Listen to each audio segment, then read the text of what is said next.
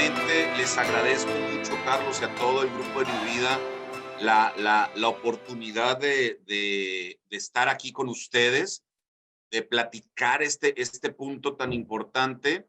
Y pues qué lástima que no estemos en forma presencial, no porque sea más o menos, no, sino porque a veces el estar en forma presencial, la polémica y el debate se arma con más intensidad, y eso es lo bonito de toda la academia, ¿verdad?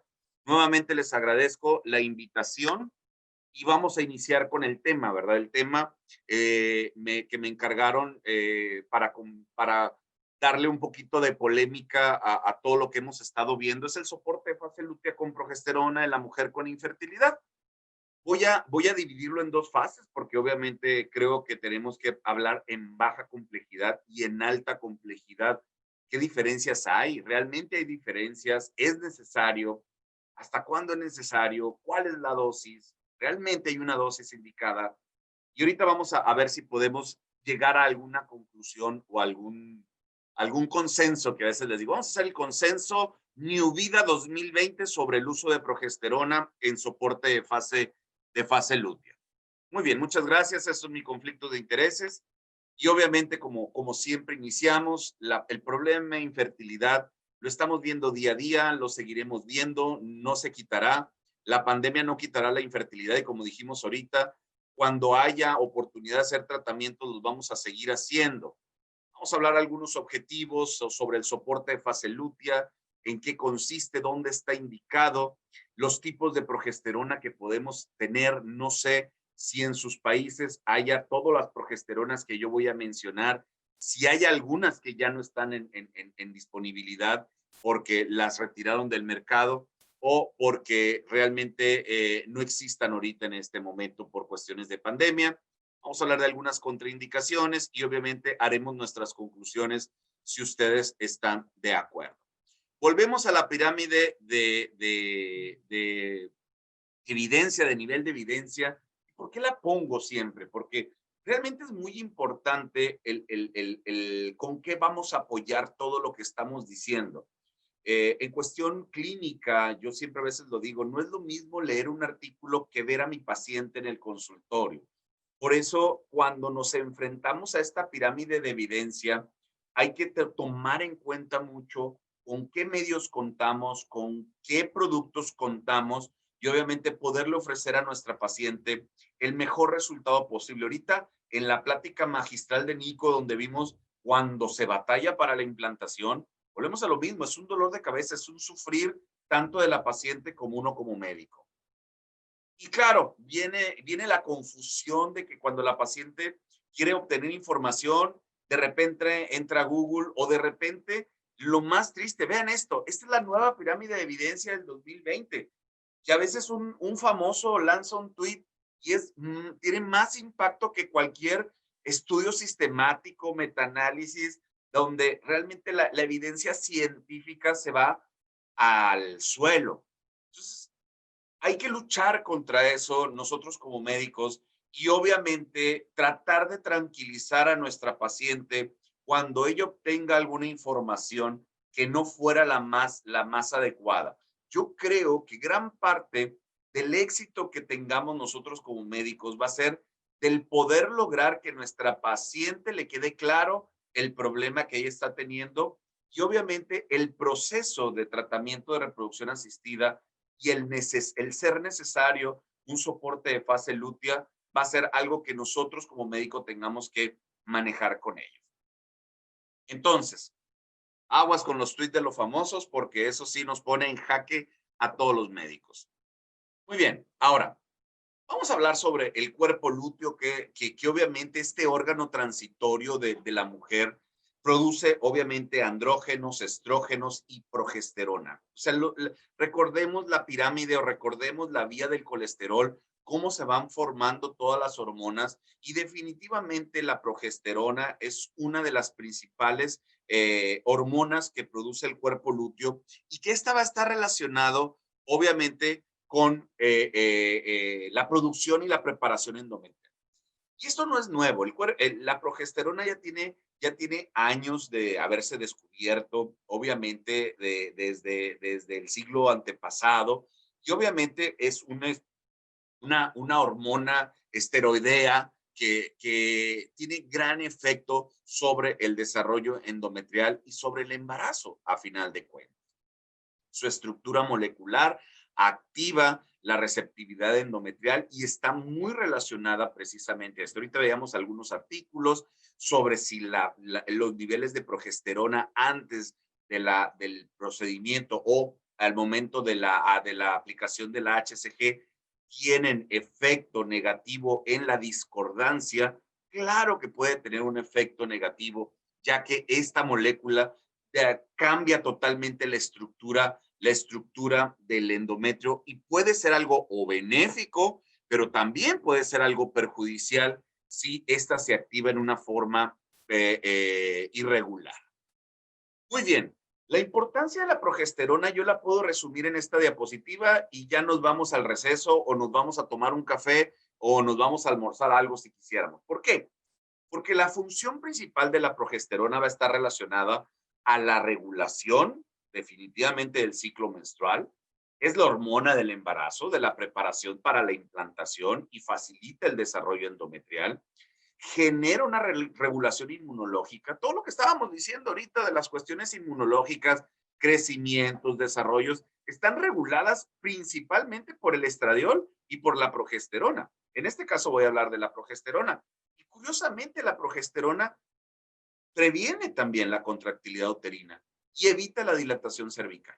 El atosiban, que también impide la contractilidad uterina, bueno, pues la progesterona también la pudiera modular y eso es uno de los factores por los cuales pudiéramos utilizar este tipo de moléculas al momento de realizar o un tratamiento de baja o de alta complejidad.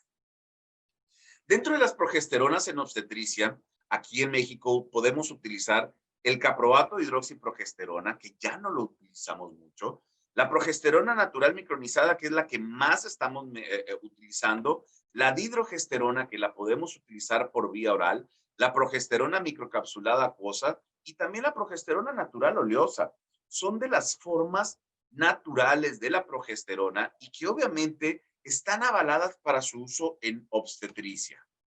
Entonces, y tomando en cuenta esto, podemos valorar la biodisponibilidad que existe. Yo he visto pacientes que utilizan progesterona micronizada vía oral como soporte de fase lútea.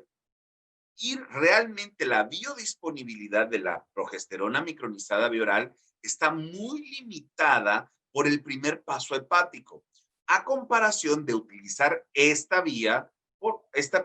molécula por vía endovaginal, que realmente el efecto directo en el endometrio y en el útero está bien justificado, a comparación de la dihidrogesterona, que tiene una biodisponibilidad por vía oral de hasta el 28%. Por eso, si vamos a utilizar una progesterona vía oral, creo que la dihidrogesterona sería una de las indicadas como soporte de fase lútea. Ahora bien, para conocer las alteraciones del cuerpo lúteo, obviamente debemos conocer la fisiología, cómo se utiliza, cómo se genera, cómo afecta, cuáles son los niveles para conseguir un embarazo exitoso. Y obviamente al conocer las deficiencias, vamos a poder ayudar y vamos a poder darle ese soporte para que el embarazo pueda tener el éxito que nosotros deseamos y que nosotros queremos. Sin embargo, esto no es fácil. El saber si realmente el cuerpo lúteo está funcionando adecuadamente es de las cosas más difíciles y de más debates que ha existido en toda la historia o en parte de la historia de la reproducción. Hay mucho debate sobre las concentraciones de progesterona, y eso lo vimos hace rato. Si la tomamos en la mañana, si la tomamos en la media mañana, mediodía, en la tarde o en la noche. Si está en la fase proliferativa, en la fase lútea, en el embarazo, en el primer trimestre, en el tercer trimestre, realmente pueden ser tan variables y pueden ser tan bajas como 2.3 nanogramos hasta 40 nanogramos para podernos decir si hubo o si hay una función adecuada de ese cuerpo lúteo. Entonces, las mediciones séricas pues hay que tener mucho cuidado. Tan así es que, bueno, existen estas variaciones que ahorita quiero que todo el mundo me diga, estoy de acuerdo. Para considerar que una paciente está ovulando en mi ciclo, yo le voy a medir niveles de progesterona en el día 21 y deben de estar arriba de 5 nanogramos. No, no, no. 5 nanogramos no, van a ser 10. Y alguien me puede decir que esa misma paciente el mismo día tuvo 5 nanogramos en la mañana y en la tarde tuvo 15. O al revés. Entonces podemos considerar que realmente las mediciones séricas son un factor pronóstico total, estoy hablando total y confiable para poder valorar la ovulación. Quiero escuchar sus comentarios y me encantaría discutirlos al final de esta plática. Durante el embarazo también la progesterona funge como un valor muy, muy, muy importante, tanto en el primer trimestre, como en el segundo trimestre, como en el tercer trimestre. Ahorita la progesterona se está utilizando mucho como tratamiento para el parto pretérmino y obviamente para la competencia cervical, que se ha visto, y como lo vimos en la pantalla anterior, como un producto, una molécula que ayuda para mantener el cervix cerrado y obviamente como un miorrelajante del útero. Entonces, como soporte de fase lútea, ¿cómo lo vamos a investigar o cómo lo vamos a ver? Bueno, pues no hay duda, la progesterona es necesaria en la fase lútea del ciclo ovárico. Si no hay progesterona, no hay una función adecuada del cuerpo lúteo, obviamente o nos indica que no hay ovulación, que no hay una respuesta adecuada o no hay embarazo. Entonces, la progesterona, al momento que se produce en ese cuerpo lúteo, va a ayudarnos principalmente al proceso de implantación y al embarazo temprano. Tiene que funcionar o tiene que coordinarse con ese endometrio para abrir la ventana de implantación y que ésta pueda ayudarnos a generar el proceso natural de implantación embrionaria. Claro, y estamos de acuerdo. Un gran porcentaje del éxito de la implantación va a estar ligado al embrión, pero un porcentaje no despreciable va a estar ligado al endometrio. Y la progesterona puede generar ese efecto cambiante junto con el estradiol para darnos esa oportunidad de implantación. Ahora, recordemos que la progesterona por el cuerpo lúteo tiene una duración no completa. O sea, recordemos que el cuerpo lúteo es un órgano transitorio totalmente y que empieza a disminuir su producción después de la semana 7. En algunos casos puede ser antes, en algunos casos puede ser después. Y la placenta empieza a producir su progesterona endógena después de la semana 9. Y es aquí donde nosotros tenemos que cuidar mucho que los niveles de progesterona no bajen por el cuerpo lúteo y que se alcancen a producir lo suficiente por la placenta para poder darle oportunidad a que ese embarazo no se pierda por una falla en el cuerpo lúteo. Ahorita hablábamos que la deficiencia de la fase lútea es por una malfunción de ese cuerpo lúteo y nos puede dar falla en la implantación o abortos tempranos. Y obviamente tenemos que estar al pendiente de ese efecto que la progesterona debe de darse. Ahora, gran parte de los embarazos no se pueden identificar porque pueden ser abortos preclínicos por falla en la implantación, por un endometrio no coordinado o por una implantación irregular. Y puede estar dada por un endometrio no preparado o por una falla también en la implantación. Y en la actualidad, realmente, y no me dejarán mentir ustedes, que han escuchado pacientes que llegan al consultorio diciéndote, doctor, a mi vecina le dieron progesterona porque tuvo una amenaza de aborto y yo no quiero tener eso. ¿Realmente está indicada la progesterona en todos los casos? Tampoco, tampoco hay que abusar del uso de esta molécula. Entonces, el soporte de fase lútea, ¿dónde está indicado entonces? En pacientes con signos de deficiencia de fase lútea, en pacientes con fallos en ciclos anteriores o en abortos previos, toda paciente que haya recibido el ciclo estimulado, pacientes mayores de 35 años o con una reserva ovárica disminuida, o todas las anteriores, como dicen los exámenes, ¿verdad?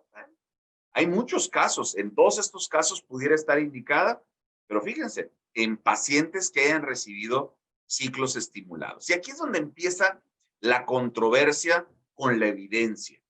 Obviamente en este artículo del 2013, un metaanálisis donde se analizaron los efectos de la progesterona en inducción de ovulación con citrato de clomifeno, pues no se vio un beneficio en la utilización de la suplementación con progesterona cuando se utilizaba citrato de clomifeno, a comparación de que sí era necesaria cuando se utilizaban gonadotropinas.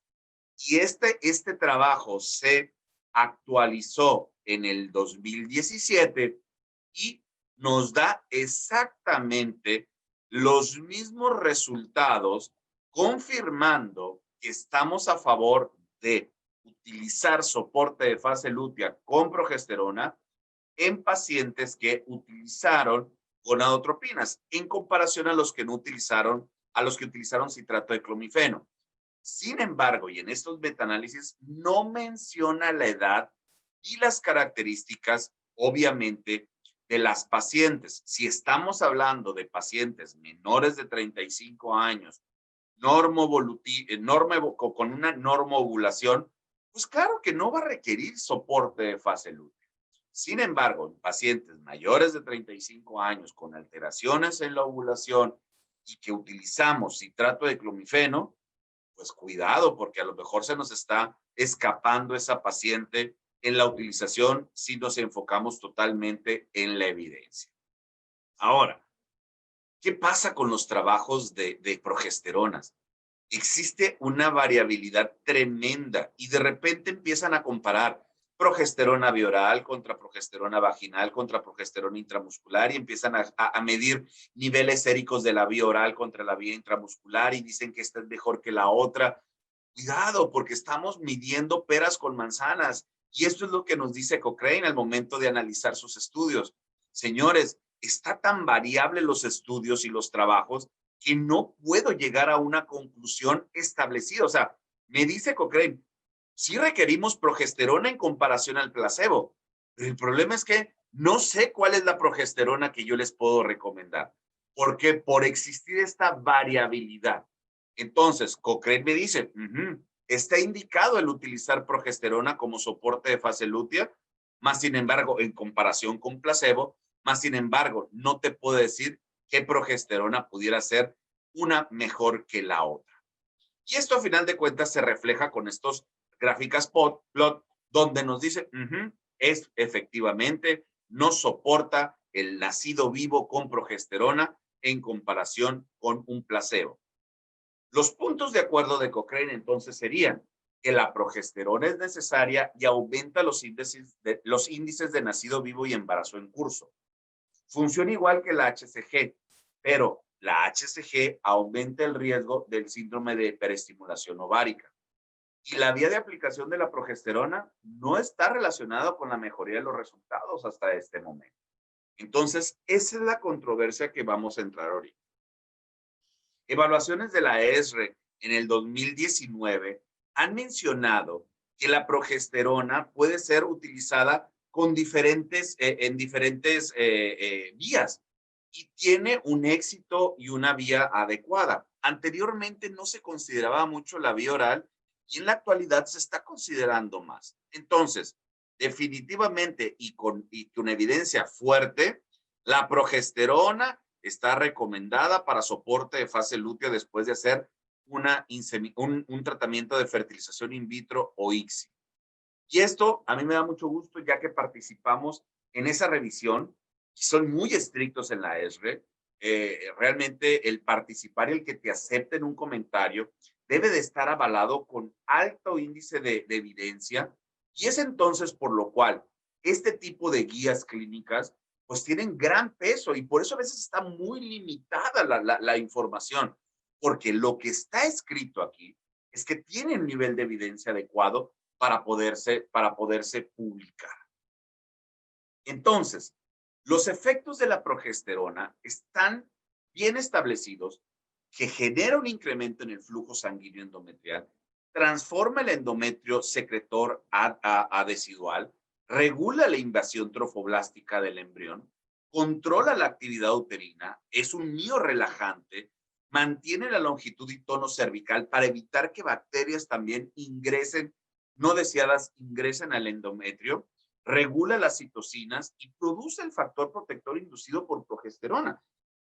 En sí, debe de ser necesaria la progesterona durante la primera fase del embarazo y en la implantación. Por otro lado, la dihidrogesterona o la vía oral pareciera que tiene ya también un efecto positivo en el uso y en la utilidad de como soporte de fase lútea. Entonces, vemos, abrimos esquemas, la vaginal es la más utilizada, la intramuscular fue la primera que se utilizó desde hace 20 años o 30 años que inicia los tratamientos de reproducción asistida. Entonces, ¿qué opciones tenemos? Oral, intramuscular, vía vaginal y en algunos casos rectales, que pues, no se utiliza mucho y ya estamos teniendo, hubo un boom que no, la subcutánea va a ser la mejor. Pues no, la evidencia no nos indica eso hasta este momento. Entonces, vamos a hablar un poquito sobre la vía de administración. La oral, buena, fácil, práctica, pero te genera somnolencia, náusea y cefalea.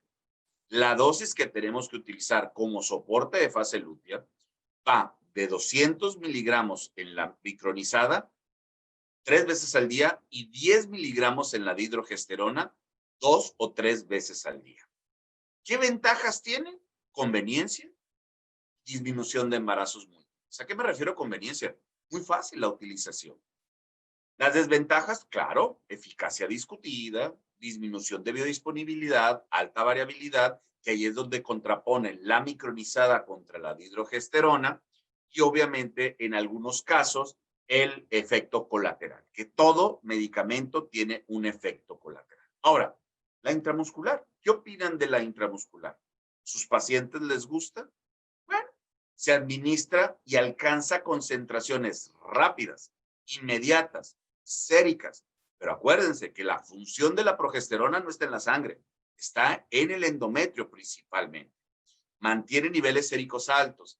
Y estos trabajos que son viejísimos, pero que nos indicaron que la intramuscular, claro, a nivel sérico o suero tenemos alto nivel o tenemos altas dosis, a nivel vaginal o a nivel endometrial, pues a final de cuentas, que es donde queremos que actúe, puede llegar mucho más fácil la vía endovaginal. Es entonces donde por cuestiones a lo mejor de aplicación diaria de 50 miligramos al día o semanal, pues esta progesterona pueda ser una opción. ¿Qué ventajas tiene?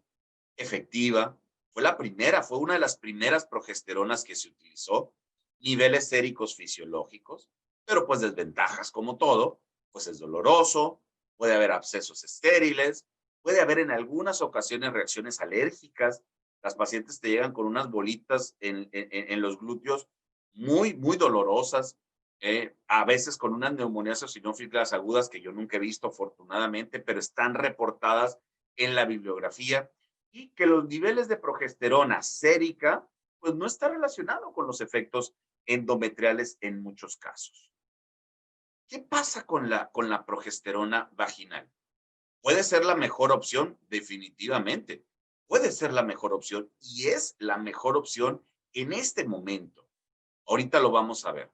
La vía vaginal se obtiene adecuada transformación secretora del endometrio. Los niveles permanecen elevados, sin embargo, y como todo, tiene efectos adversos que sí hemos visto. Las vulvitis químicas por flujo de progesterona, cuando la paciente te llega con un dolor en la vagina, en la vulva, por el efecto de la progesterona, realmente te da pena que te digan que sea por la progesterona y realmente lo es. ¿Y qué opción me va a quedar? O utilizo una intramuscular o utilizo una vía oral si realmente estamos indicados. En la vía vaginal existen diferentes presentaciones, progesterona micronizada en perlas, 100, 200, 400, el gel de progesterona, las tabletas efervescentes de 100 y 200 miligramos, que tienen, bajo evidencia científica, un efecto muy positivo como soporte de fase lútea. ¿Qué ventajas encontramos? Un efecto primario al útero, que padre, no tiene que pasar por nada de nuestro cuerpo sistémico, tiene una buena efectividad. Conveniencia, es una autoaplicación, pocos efectos adversos. Sin embargo, pues acuérdense que se requieren algunas veces múltiples dosis al día, residuos o flujos, irritación e infecciones, y la inconveniencia de la aplicación y la irritación y acumulación vaginal. Si tenemos a 3 mujeres que quisieran o que requirieran la aplicación de progesterona, ¿cuál decidirían que sería la mejor? Piénsenlo. Ellas están pensando que les toca su progesterona. ¿Cuál es la que más le gusta? Hay que considerar la conveniencia y también considerar la posología del medicamento que vamos a utilizar. Riesgos de malformaciones congénitas, controversial. Sin embargo, en las progesteronas naturales, micronizadas, a lo largo del estudio de la literatura, no hay efectos teratogénicos hasta este momento. Entonces, preguntas a contestar. El uso de la progesterona en pacientes de tratamientos de fertilidad, ¿está indicado? ¿Sí o no? Pues hay suficiente evidencia para los casos que sea indicado aplicarlo. ¿Cuál progesterona elegir? ¿Oral? ¿Vaginal? ¿Intramuscular? Podemos elegir cualquiera de las 3. ¿Cuál es la más conveniente para la paciente? Ahí es donde tenemos que considerarlo, ¿verdad? ¿Qué dosis utilizar? Porque aquí viene la pregunta más importante que yo veo en muchas pacientes que llegan de que utilizaron progesterona o que están utilizando progesterona. Y bueno, ¿qué dosis le están dando? No hay que dar dosis placebo, hay que dar dosis terapéuticas. Yo es algo que digo, bueno, si vamos a dar dosis placebo, pues no des progesterona, utiliza otra cosa. Si vamos a utilizar dihidrogesterona, debe ser de 10 miligramos la tableta, vía oral, de 20 a 30 miligramos al día. Si vamos a utilizar perlas de progesterona micronizada vaginal, pueden ir desde 200 a 600 miligramos al día, dependiendo el tipo de procedimiento que estemos haciendo. El caproato de hidroxiprogesterona, 250 miligramos intramuscular semanal. Microcapsulada ampolleta, 200 miligramos intramuscular. Natural ampolleta, la oleosa de 50 miligramos intramuscular cada 24 horas. La micronizada en gel al 8%, vaginal cada 24 horas. O la progesterona micronizada efervescente de 100 miligramos de 200 a 300 miligramos al día. Pero hay que dar la dosis terapéutica. No hay que utilizar, te vas a poner esta una vez al día nada más. No, hay que utilizar la dosis terapéutica para que realmente el efecto se vea reflejado en el éxito del embarazo de nuestra paciente. ¿Hasta cuándo utilizarla? Como vimos en el cuadro principal de, bueno, entre que deja el cuerpo lúteo de producir a que la placenta toma el control del embarazo, el soporte de fase lútea, como soporte de fase lútea, debe ser no más de la semana 12. La mayoría de las clínicas lo utilizan hasta la semana 9 o 10, pero no ejerce ningún efecto de soporte de fase lútea, insisto, después de la semana 12 de embarazo. Medicina basada en la experiencia no es malo, ¿eh? Y vamos a analizar este artículo, que es muy bueno revisarlo. Es un artículo de utilización de progesteronas en el mundo. Es pura experiencia, nada más de uso. Está reportado o está publicado en el Reproductive Biomedicine Online en el 2014. Y fíjense lo que las clínicas, después de hacer esta encuesta en 208 centros de fertilidad en 82 países, con más de 284,000 ciclos, esto fue lo que respondieron. Primero, la mayoría de las clínicas tenían entre 100 y 500 ciclos al año. Clínicas donde tienen experiencia adecuada. ¿Qué dijeron? 80% de los ciclos iniciaron la progesterona el día de la captura ovular, porque esa es otra. ¿Cuándo iniciarla?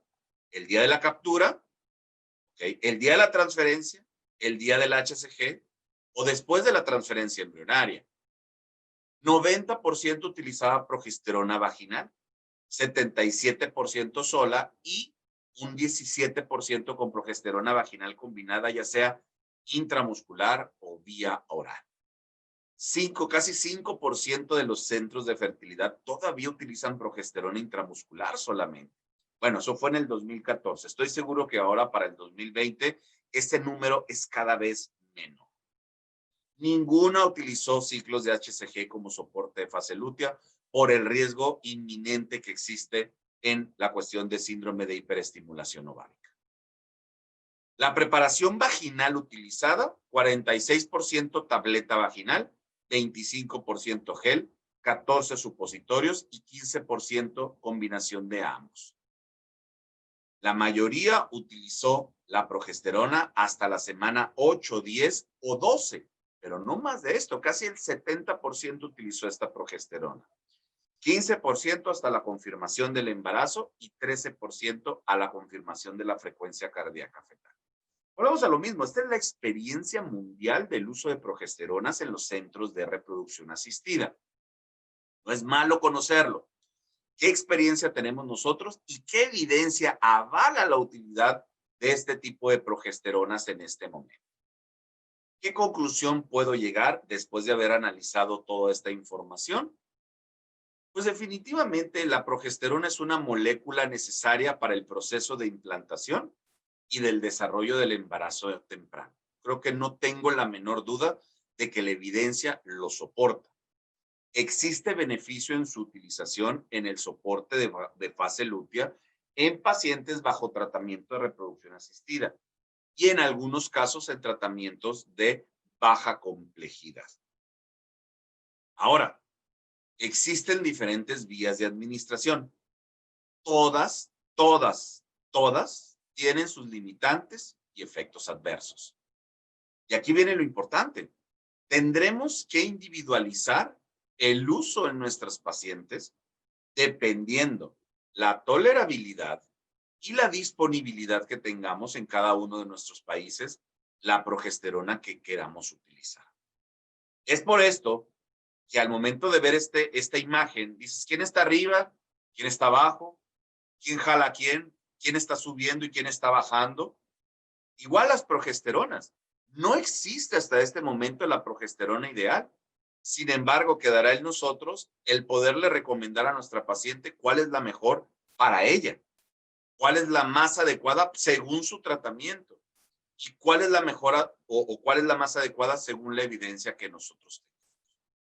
Con esta gráfica voy a terminar nuevamente agradeciéndoles su atención.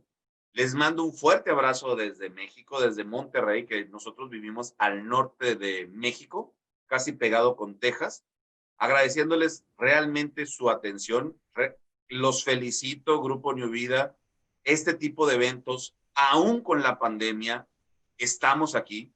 Ojalá y pronto nos podamos ver, nos podamos dar un fuerte abrazo y podamos compartir el debate con toda la gente que está interesada en estos temas y con toda la gente que realmente hacemos medicina basada en la evidencia. Y esperemos que no haya aquella pirámide donde un tuit de un famoso, de una paciente o de una persona que tiene mucha influencia, famosos influencers, hagan la diferencia y decaigan toda la experiencia y la evidencia que ustedes tengan.